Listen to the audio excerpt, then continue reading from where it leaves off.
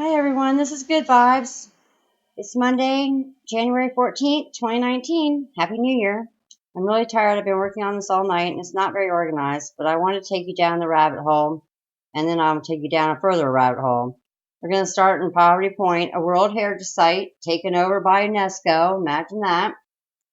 I found some writing a little bit north of that, but first I wanted to thank Unexplained Mysteries because he had also found some writing in Utah, and I really didn't think I would see this because I figured everything was white clean in America. If you guys know what language this is on either of them, please chime in. It would be doing us both a big favor.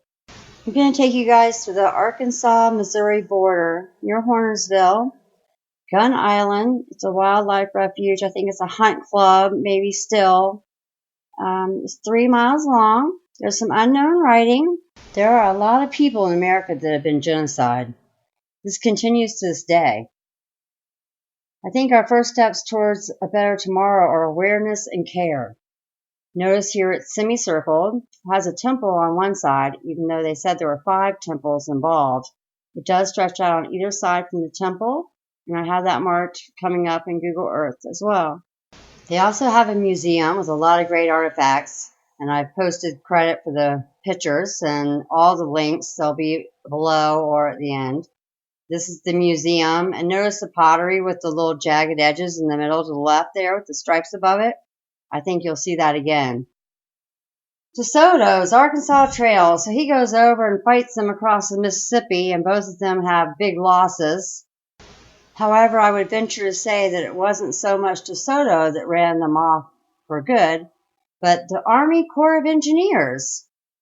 Apparently, not only did they make the river run a different way, but they put a big old canal running from Chicago all the way down to the Mississippi. To avoid human waste in the area building up, they decided to float it down the canal. So once most of the Indians were taken out by Desoto, and then forged an alliance. Eventually, they ended up moving because the Corps of Engineers had wanted to put wastewater. Basically, they were putting wastewater. They made the river flow a different way. DeSoto even went as far as to try to tell them that he was a god. And the chief replied, "Let him dry up the river, and then they will believe him," basically. So I wanted to show you more evidence of the Chicago Sanitary and Ship Canal, just how horrible and mean and almost murderous this is. They even said that some of this area is not livable today. Shame on you. This is a pretty good article as well if you'd like to stop it. It talks about all the evil in Illinois. I don't know if they're still there or not, but they definitely were. We should mention maybe they're hiding the free energy at this point as well.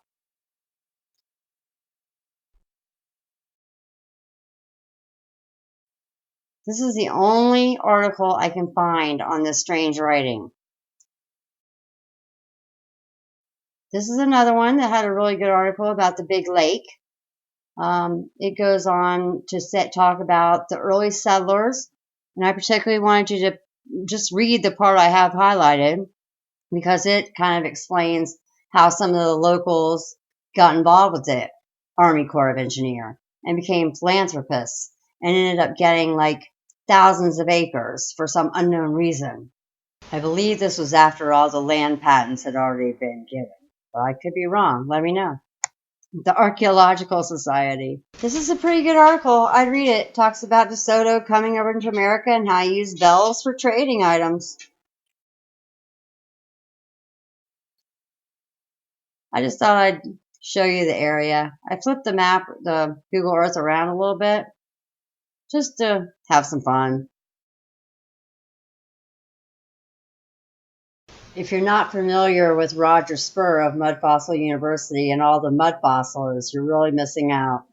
Not only is it educational, but it's actually really eye-opening too. If nothing else, you'll learn a lot about geology. I think I could probably ace a geology class now.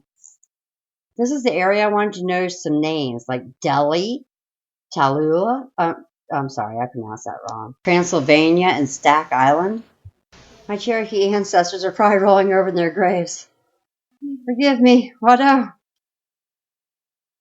So again, this is the area with the writing, and this is Poverty Island, Poverty Point. I see. I told you I'm tired, but notice I've got some things marked out here. Notice on the north side, the angelish. That's one of the temples. Looks like it's gone. Underneath, there's a big circle, which I'll blow up here. See, it's got like poles, and if you actually go to their website, you can probably find that blown up more. I think it has 24, so maybe 1 per hour. This one really blew my mind because, I started looking around going, what else is going on here? And there's this big X over here. See my red line and my little points?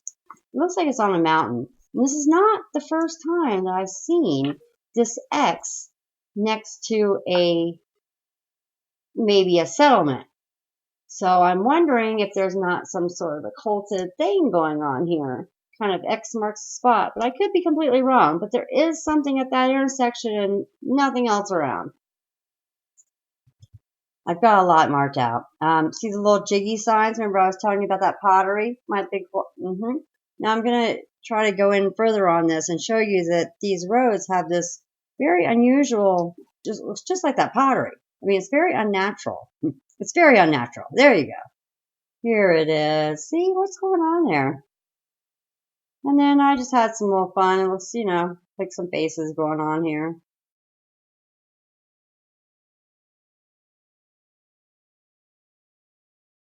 When I started Google Earthing, I started at all the atolls and the Guano Act and how that was a whole different story. But the breath of life came up a lot. I kept seeing these air bubbles.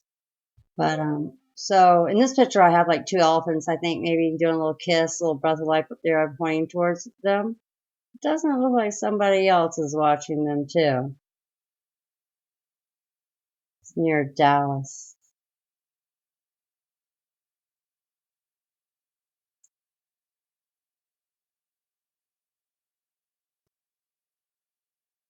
Back to the rabbit hole. What do you guys think? I also have this one marked out. It's amazing.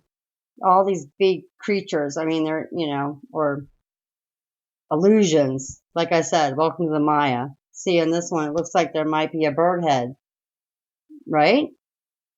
But maybe that's just the neck. Here's a wider picture. And if you zoom in, you'll find smaller, which is still pretty big.